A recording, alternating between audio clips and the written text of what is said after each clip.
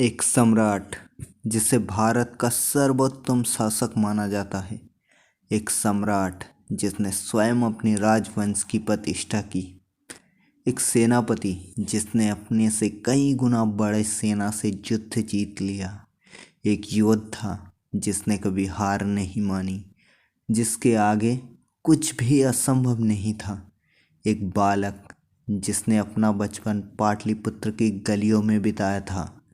युवा होते होते वो मगध के सिंहासन पर बैठ गया और आगे चलकर जो भारत सम्राट बना, जिसका साम्राज्य पूर्व में बंगाल से लेकर पश्चिम में अफगानिस्तान और बलूचिस्तान और उत्तर में कश्मीर से लेकर दक्षिण में दाक्षिणात्य मालभूमि तक फैला था।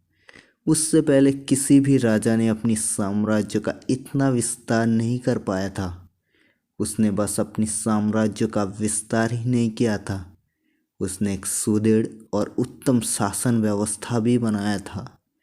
उसके राज्य में प्रजा सुखी थे, राज्य खुशहाल और समृद्ध था, जिसके जीवन कर्ममय रहा और जिसकी मृत्यु भी उसकी इच्छा से ही आया। और वो व्यक्ति थे मौर्य साम्राज्य के प्रतिष्ठाता सम्राट चंद्रगुप्त मौर्य। चंद्रगुप्त मौर्य का जन्म 340 बीसी को पाटलिपुत्र में हुआ।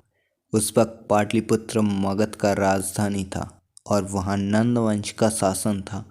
नंद वंश का शासक धनानंद अत्याचारी और अयोग्य शासक था और उसने भरी राजसभा में आचार्य चाणक्य का अपमान कर दिया था।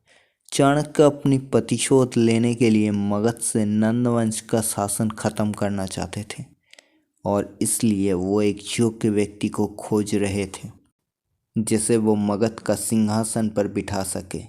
और उस समय चाणक्य का मुलाकात बालक चंद्रगुप्त से हुआ और चाणक्य को चंद्रगुप्त में ही वो योग्य राजा बनने की गुण नजर आए और वह चंद्रगुप्त को लेकर तक्षशिला ले आए। तक्षशिला उस समय भारत के सबसे प्रसिद्ध विश्वविद्यालय था और यहीं पे चंद्रगुप्त के शिक्षा शुरू हुए और आचार्य चाणक्य के मार्गदर्शन में चंद्रगुप्त एक उत्तम राजा बनने योग्य बना। इसके बाद चंद्रगुप्त ने एक सेना संगठित की और मगध पर आक्रमण किया, लेकिन चंद्रगुप्त बुरी तरह परास्त हुए। लेकिन चंद्रगुप्त ने हार नहीं मानी। इसके बाद चंद्रगुप्त ने धनानंद के सेनापति भद्रसाल को पराजित किया और फिर पाटलिपुत्र पर आक्रमण कर दिया।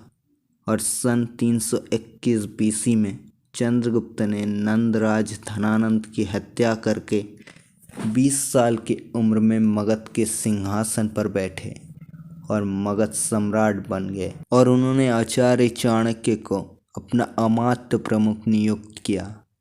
चंद्रगुप्त मगध सम्राट बनकर ही रुके नहीं, उन्होंने आसपास के राज्य भी अपने साम्राज्य के अंतर्भुक्त करने लगे। उसने अपने राज्य के पश्चिम भाग में उपस्थित हुए और वहां अलेक्जेंडर की सेनापति सेल्यूकस निकेटर का राज था। उन्होंने चंद्रगुप्त मौर्य से समझौता कर लिया और अपने राज्य का एक बड़ा भाग चंद्रगुप्त को दे दिया और अपनी बेटी हेलेना की शादी भी चंद्रगुप्त से कर दिया। चंद्रगुप्त ने भी 500 युद्ध हाथी सेल्यूकस को उपहार दिया। चंद्रगुप्त ने अपनी साम्राज्य दक्षिण के एक छोटे से हिस्से और कलिंग को छोड़कर समग्र भारतीय उपमहाद्वीप में विस्तार कर लिया था।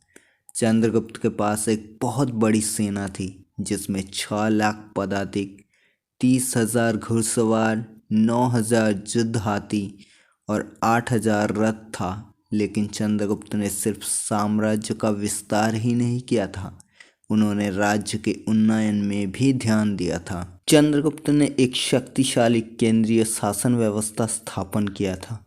उसने कृषि की उन्नयन किया, खनिज उत्तोलन में भी ध्यान दिया और वैदेशिक वाणिज्य की भी उन्नति की। और इसलिए मगध की अर्थनीति सुदृढ़ हो गई और राज्य में एक उत्तम न्याय व्यवस्था भी चालू की। और इसलिए मौर्य साम्राज्य की प्रजा खुशहाल और समृद्ध थे। चंद्रगुप्त ने राज्य में स्थापत्य और कला को बढ़ावा दिया और योगायोग व्यवस्था की उन्नति के लिए बहुत सारे सड़कें भी बनाया। चंद्रगुप्त मौर्य सिर्फ एक शक्तिशाली साम्राज्य विस्तारवादी ही नहीं था, वो एक उत्तम शासक भी थे। चंद्रगुप्त मौर्य सिर्फ 20 साल के उम्र में सिंहासन पर बैठे थे और सन 298 बीसी में मात्र 42 साल की उम्र में उन्होंने सिंहासन का त्याग कर दिया और जैन धर्म का अपनाकर जैन आचार्य भद्रवाहु से आध्यात्मिक शिक्षा लाभ किया और दाक्षिणात्य की यात्रा की। और जैन आचार्य सल्लेखना या फिर शिक्षा उपवास करके सन 298 बीसी में श्रावण बेलगोला में उन्होंने देह त्याग कर दिया। चंद्रगुप्त मौर्य ने अपनी 42 साल की आयु में एक ऐसा बड़ा साम्राज्य खड़ा किया था जो उससे पहले कोई नहीं कर पाया। उन्होंने एक उत्तम शासन व्यवस्था स्थापन की। चंद्रगुप्त के बाद उनके पुत्र बिंदुसार मगध के सिंहासन पर बैठे।